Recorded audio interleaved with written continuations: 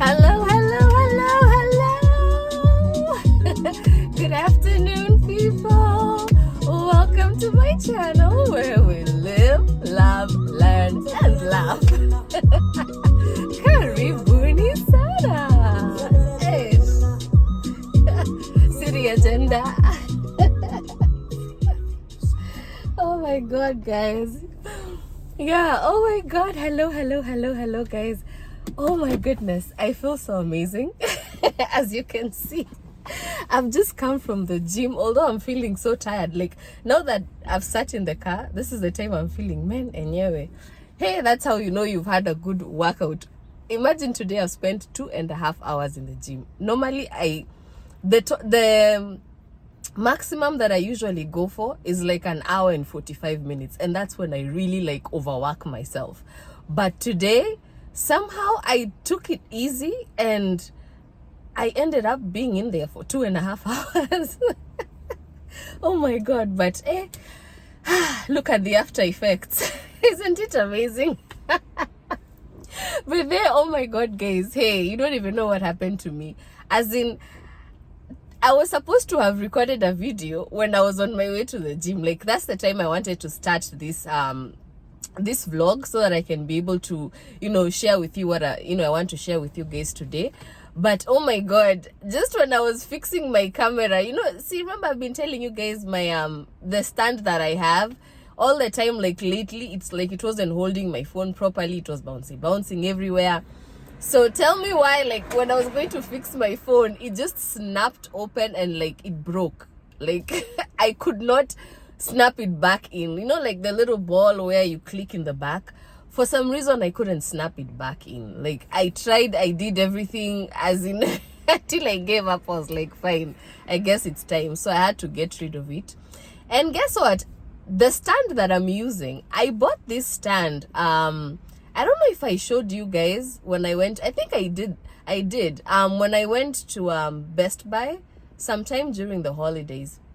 And I got this stand and I wanted to use it for vlogging pretty much, actually, to make my work easier when I'm outside. That way I don't have to keep holding the camera. So, but anyway, now I just discovered I can use it even as a stand in my car. Like, it can, the way it's shaped, like, the stands themselves, they are flexible. Maybe I'll take a photo and then I'll show you, because I didn't carry the box with me. I could have showed you the box. But yeah, that's what I'm using right now. And so far, so good. It looks like it's doing a very good job. I don't even need that one for the windshield. You see? Anyway, this is why the discussion is going to be based on self-awareness. And yeah, that's what I want to discuss with you guys today. Also, as I do a little bit of history and continue showing you some of what Lowell, has to offer and stuff. That's why I'm here today. I've decided, what, I feel good. The weather is great. Why not do it today, And yeah, I have to put on my jacket though, because I want to go by the water. And it's pretty nice outside. It's 65 degrees. But I know, because I'm going where the water is and the way I'm dressed, oh my god. And I didn't even change. Like, normally when I work out, I carry an extra t-shirt, which I do. But today I was just like, you know what, I don't even want to change into that one. Let me just keep this one, do the video, because as in nasikia tu yani energy yangu ina flow venye niko. So yeah, let me grab my jacket though. Actually, I might have to come out of the car. Let me grab it. Oh, this is how I'm dressed, by the way. I'm still in my today I decided I'll just wear, sweats. And I don't know if you guys can see from there, but the little that you can, that's how I look today. So I'm just gonna put this on, and I'll also get the mic, of which by the way I almost forgot. Oh my god, guys, I almost forgot to mic up again. See, thank goodness I remembered the jacket, otherwise. So yes, man, it's been such a good time. In fact, another reason why I've come on today also is I wanted to come and let you guys know I ended up not going on vacation. And that's because, as in the destinations that I wanted to go to, I just didn't get back good reviews on them. And one of them was California, and California right now the weather is not good over there. And also I wanted to go to Florida, and in fact where I wanted to go, Fort Lauderdale, Florida, the weekend that I had planned to go. Oh my goodness, tell me why that was the weekend where what do you call it? Sorry guys, I'm just fixing my microphone here.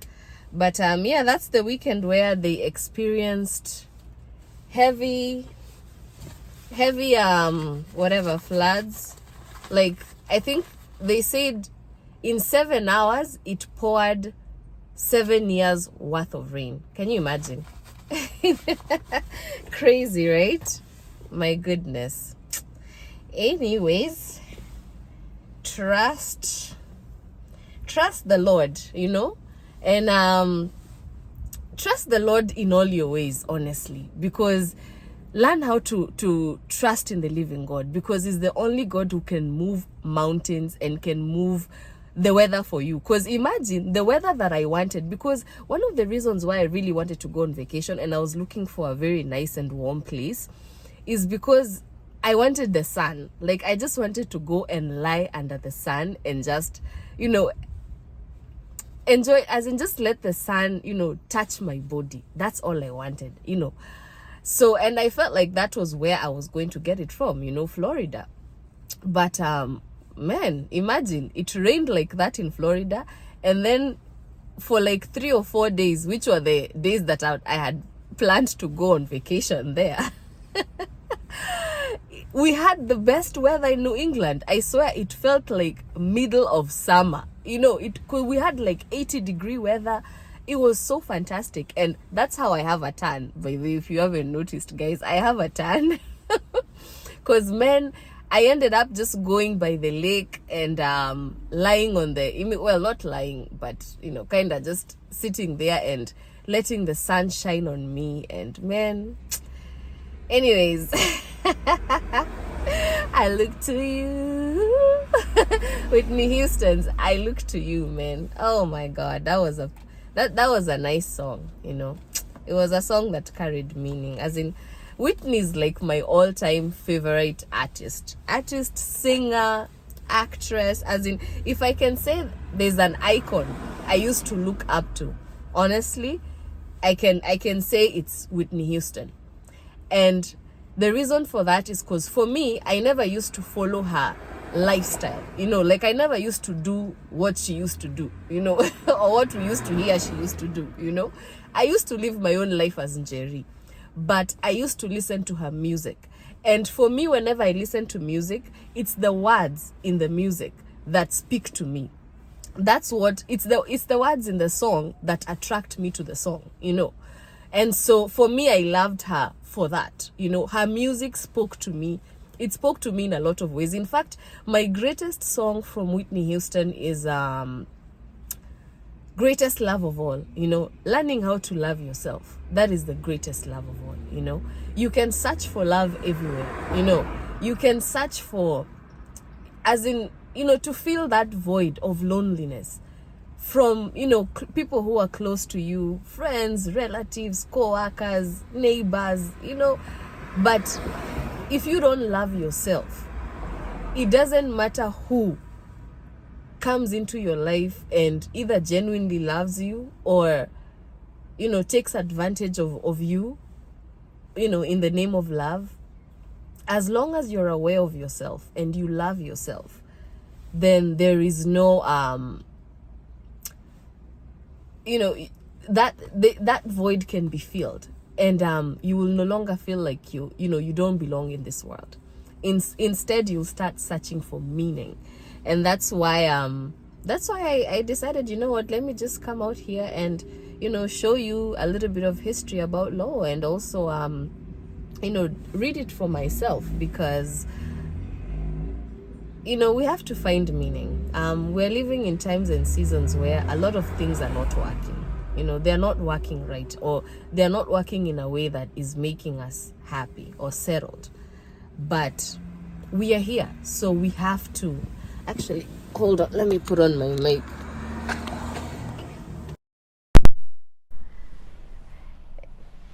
I've noticed there are like cars passing and there's some kind of, you know, interruption a little bit. So yeah, but we're living in times and seasons where a lot of things are not working in our favor, and so we have to arise and find meaning in life, or else, you know, who knows what's going to happen to humans, you know. So yeah, anyway guys, let me get out of here. The first spot that I wanted to go to, I see somebody has gone and sat there, so I guess we'll skip that part. I'm just gonna take you to the others that are like down now, you know, by the river, so that way I don't get interrupted. Self-love. But then, oh my god guys, hey, let me tell you what happened the other day. Was it on Monday, on when we had the holiday, Patriots Day, I think? Yeah, I believe it was Patriots Day. I decided, I was like, you know what, let me go and get my nails done.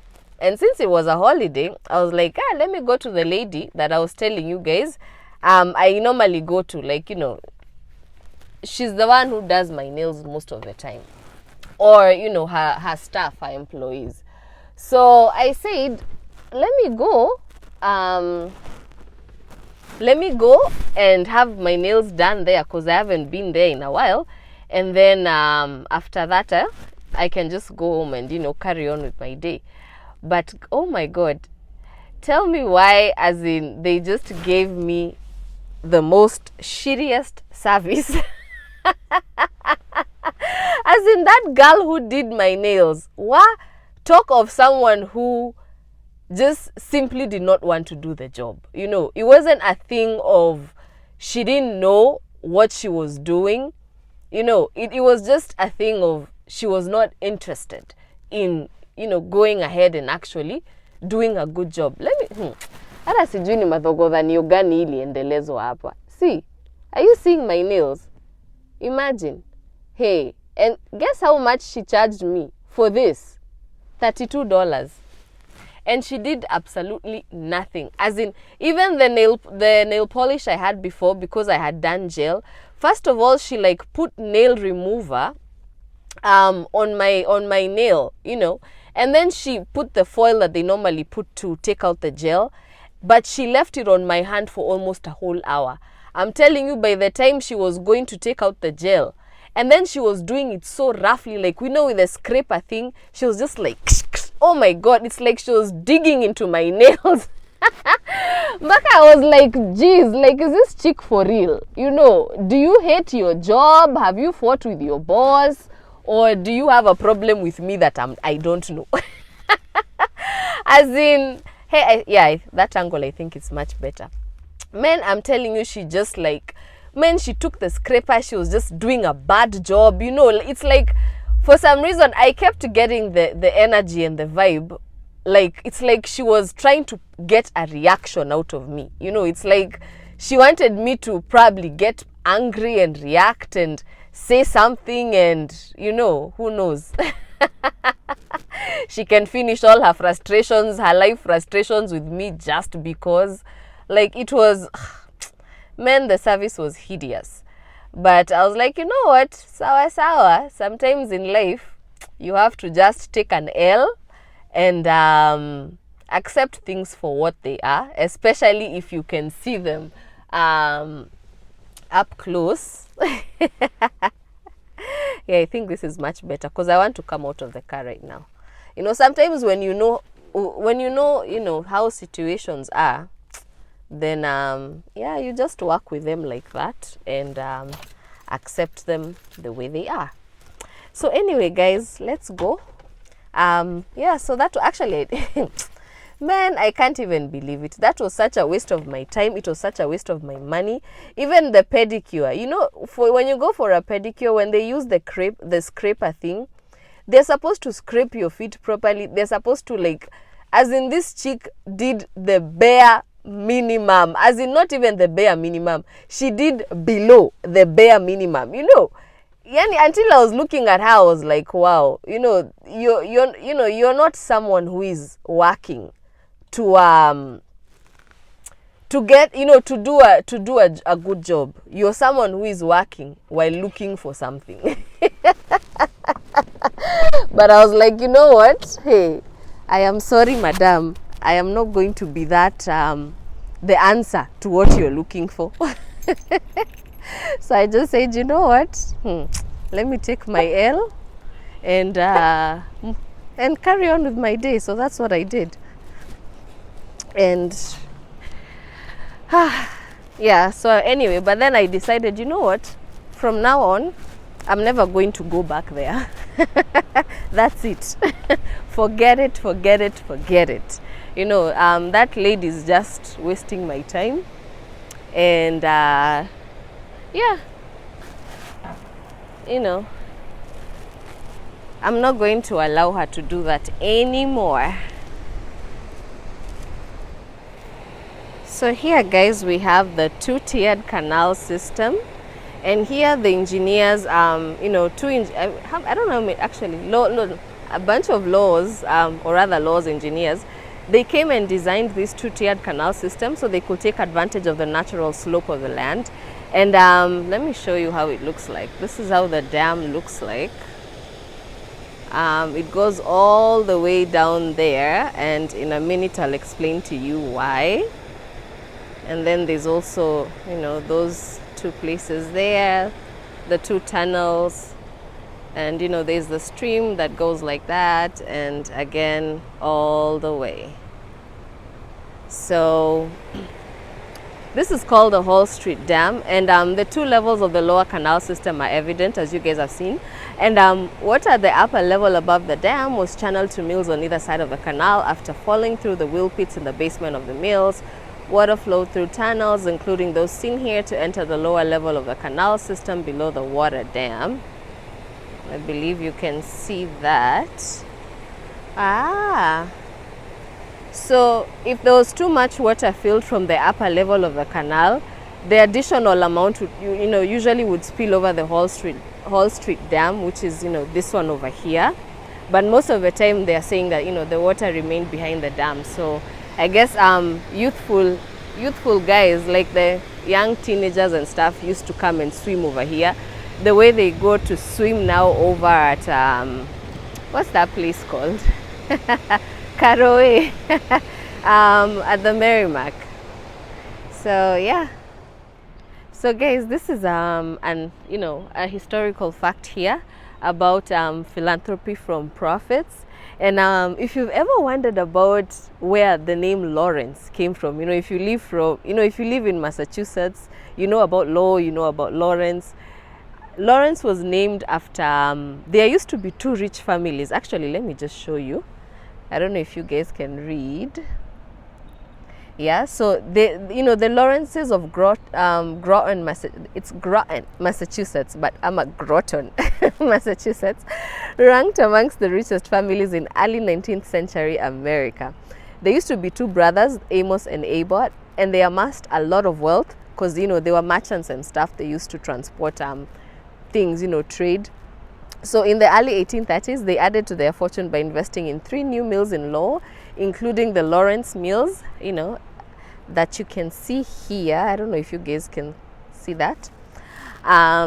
So unfortunately they didn't donate much to this city of Lowell. But also Lowell, if you've ever wondered where it got its name from, by the way, Lowell, there used to be a guy called Francis Cabot Lowell, and he was also a merchant. The guy used to, he was a very wealthy man, and I forgot the kind of factory that he started. He actually opened a mill or a factory, yeah, and he did. Oh man, there's a technique that he introduced that in those days it was new, like people didn't know, and he did a very good job with that. I just don't remember, but at the top of my head, but obviously you can Google that if you want to know, and you'll get to know more about him. But his name is Francis Cabot Lowell, and that's where the name Lowell came from, because Lowell initially used to be known as East Chelmsford. Back in the, I think it was late 1700s, early 1800s, before they started now dividing, growing and, developing and stuff. So I think, it's called zoning. Sorry. Yeah, when the city started doing zonings and stuff, that's how Francis Cabot played a role, and the name was changed from East Chelmsford to Lowell, and it became officiated as a city, I think, in 1826, and that's because the factories now, the mills, there used to be like a whole line of mills. In fact, I'll show you the picture where you can see that information. There used to be a whole line of mills. Like you would stand somewhere like here where I am, and actually you see behind me there's those 2 buildings. Let me see if I can. My camera usually doesn't allow me to zoom when I'm live. I'm recording live, but as I walk I'll show you. You see these are apartments now, and they're actually luxury apartments, but they used to be mills. They used to be factories and stuff.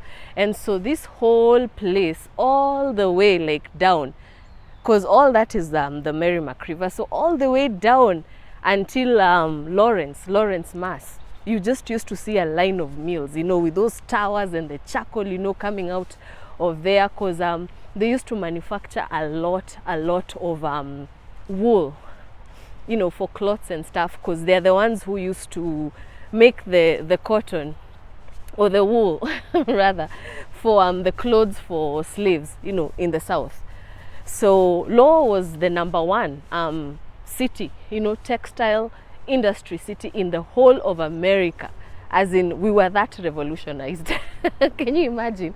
And it didn't require a lot of skills, because again, another thing, this city is a city of a lot of immigrants, and it was built on that. It has always been built on immigrants from, there were French Canadian, there have been Greeks who have lived here, and then there's Cambodians who came here after the Khmer, whatever, what is it called, genocide that happened, I think in the early was it 1990s? Not that long ago, but they came and settled here in Lowell. So it has always been a place that has been based on that kind of history. Hello. It has always been a city that has been based on immigrants coming to live here, settle, and build the place. So right now, as you can see, I'm in a park. This is a park that is catered for by, I believe, UMass. I don't know if it's UMass or it's the National Historic whatever. Jesus, there's a mosquito that's in my case. The National Historical Park. So here there is this another artifact here that says, ready to work. When river water finally reached penstocks like those that you see preserved here, it was ready to go to work. Water flowed from the canal through these giant underground metal tubes into 4 turbines located in a wheelhouse. The turbines converted the weight and pressure of falling water into power. Gears, shafting, and belted pulleys connected to the whirling turbine set machinery throughout the mill into operation. Yeah, so that is just, explaining how those those giant tubes or turbines used to work, to transport water in the penstocks and stuff. So this is as you can see, this is a what is it called, a diagram or a print of now how the mills used to look like, you see. And there were so many of them. They were like all over everywhere. So I'm getting out of the way because there are people who are walking their pets, so I want them to go ahead of me because I'm going to be walking slow. So yeah, that's the history of Lowell, imagine. And of course, now when they started working here, they didn't require, the jobs didn't require a lot of skills, because it was just as long as you knew how to operate the machines and generate the wool. I mean, not much is required there, so it was easy to do. And so that's how immigrants came here, and they really worked and really made a lot of they made the economy of Lowell become great, and so for a while Lowell was thriving. We were on the map. Can you imagine? Like the way nowadays people go to Vegas because over there everything is legal. You can go there single, wake up married. You can actually get married even on the drive-through, as in everything is just legal over there. So yeah, Lowell used to be like that in the days, but with time there was a Great Depression. The Great Depression of America, I think it happened in the 1920s. A lot of the companies, the factories that were here, they shut down, and most of them moved to the south because their labor was much cheaper. It was easier for them to trade and do the transportation. So yeah, that's how the factories ended up shutting down. They closed, and people started going into depression because now a lot of the residents of Lowell became jobless, and so the government now had to start supporting them. And so with that, a lot of drug activity, I guess, started happening, and for some time Lowell actually started gaining a bad reputation. We went from being the cradle of the American textile industrial revolution to being known as a city full of drug addicts, people who have lost hope. Yani watu wananga mbele ama nyuma, became the story of the people of Lowell.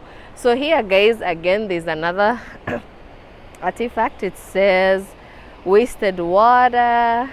As a boy in the 1910s, Charles Costello scavenged the canals when they were drained on Saturdays.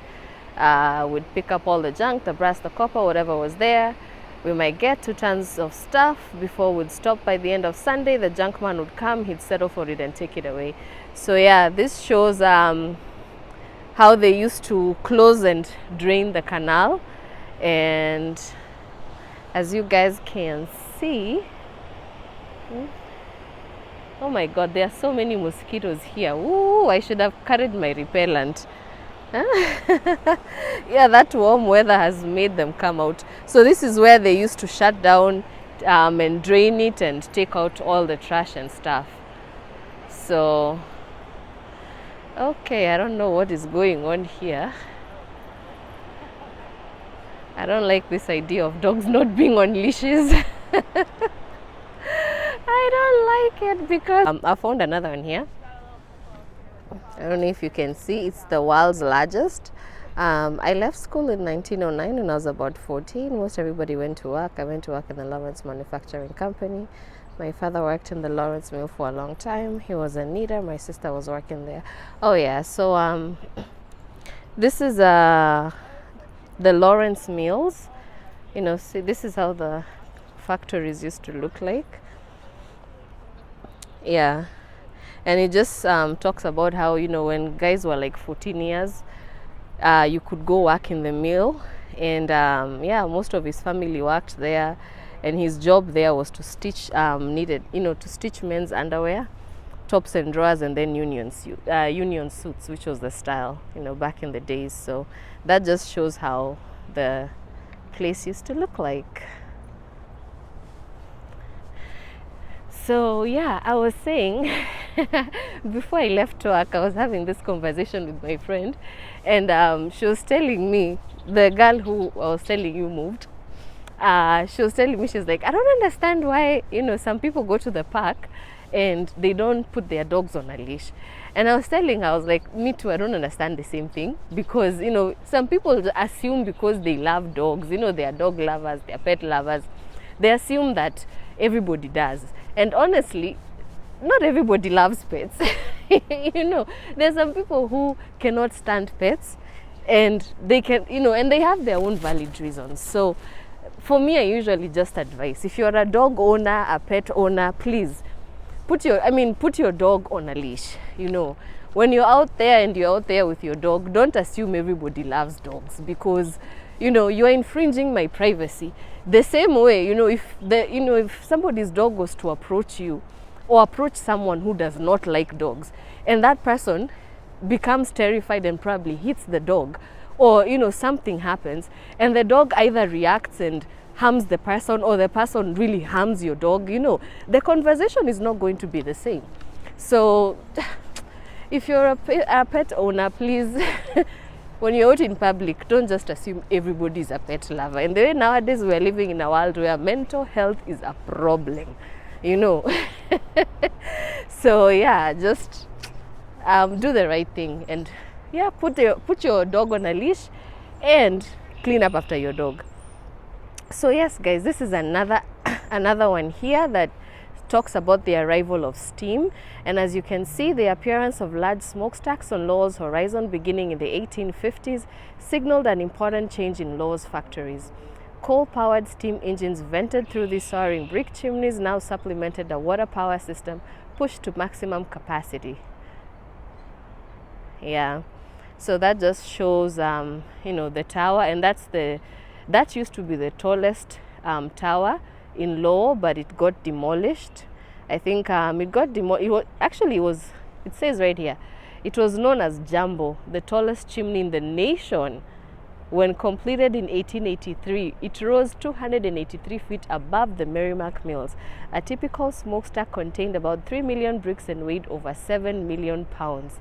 Yeah, can you imagine? It was the tallest chimney in the nation, the whole of America, in 1883.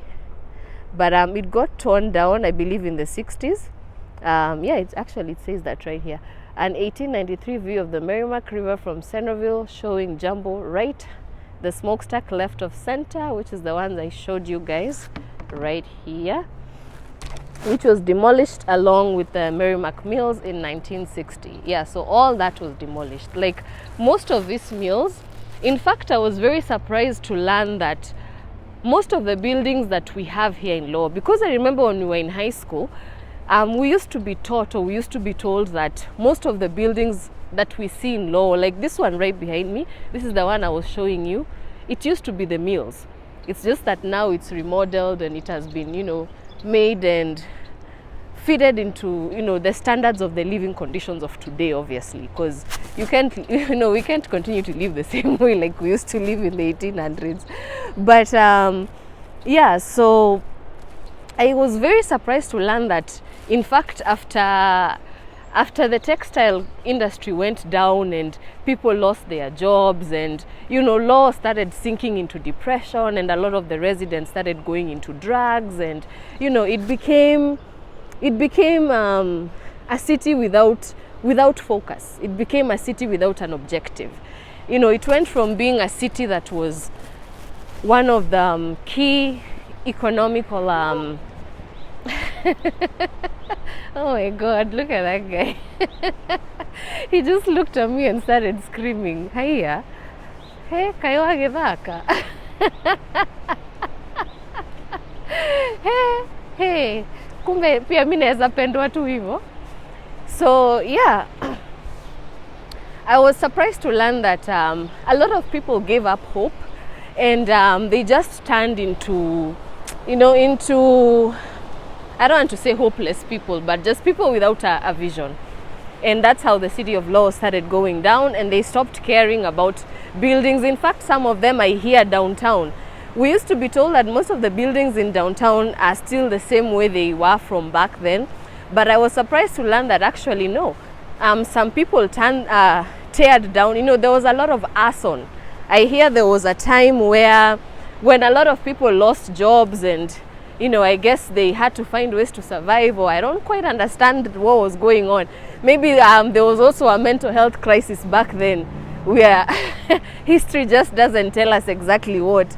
But there was a lot of arson that also started taking place. People started burning down buildings, and others started making their buildings smaller by getting rid of the top floors, because I hear the more floors you had, the more taxes you had to pay. So some of them actually, if maybe you had 3 or 4 floors, maybe you went to 2 floors. Yeah, so a lot of that also happened until it reached a point, I don't know if it's Jack Kerouac or I'm not quite sure exactly who, but somebody rose up and said it's about time people started reserving the history of Lowell, because this is a city that has a lot of meaning to this nation. As you can see, it has a lot of it was the cradle of the textile industry, and it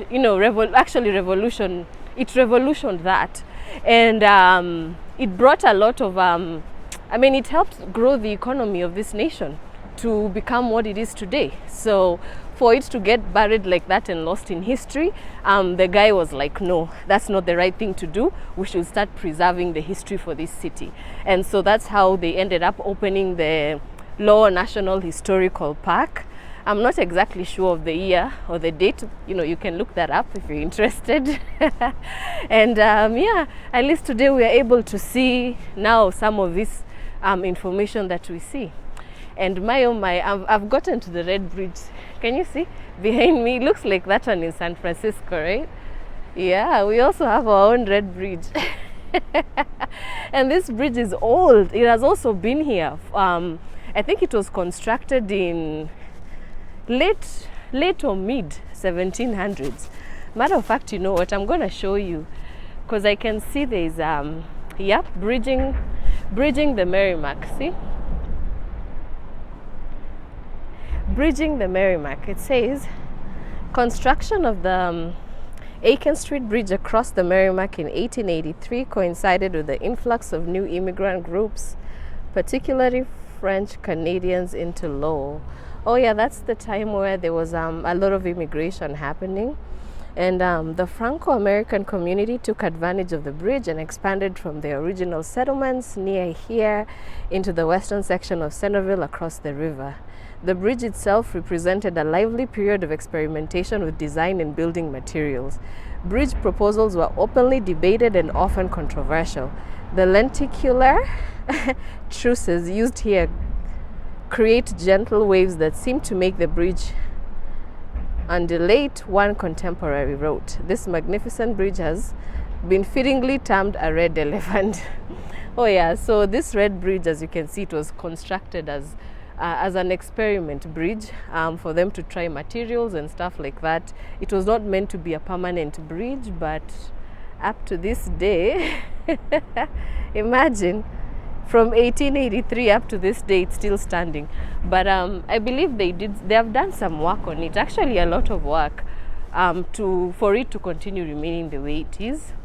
So guys, I think from here I'm not going to talk much. I'm just going to show you the videos, and then I will do a voiceover for it so that this video doesn't become too long, because from here I have quite a walk before I get to more. So to save time, I'll just cut the video here, show you the videos of the places, then I'll do a voiceover. So thank you guys for tuning in. I love you guys so much. Please stay tuned and learn about my city, learn about my town. Sawa sawa. I love you guys. Let's learn about history.